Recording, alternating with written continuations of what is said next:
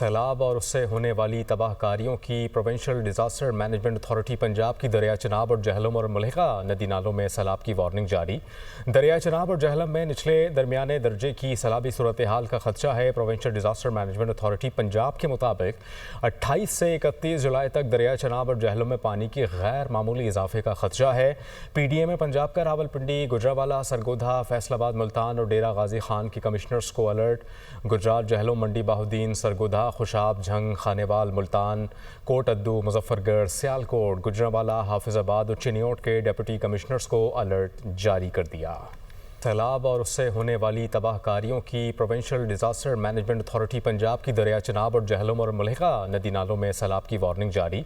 दरिया चनाब और जहलम में निचले दरमियाने दर्जे की सैलाबी सूरत हाल का खदशा है। Provincial disaster management authority Punjab के मुताबिक 28 से 31 जुलाई तक दरिया चनाब और जहलम में पानी की गैर मामूली इजाफे का खदशा है।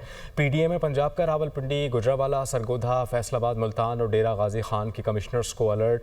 गुजरात, जहलम, मंडी बहाउद्दीन, सरगोधा, खुशाब, झंग, खानेवाल, मुल्तान, कोट अद्दू, मुजफ्फरगढ़, सियालकोट, गुजरावाला, हाफिजाबाद और चिन्योट के डिप्टी कमिश्नर्स को अलर्ट जारी कर दिया।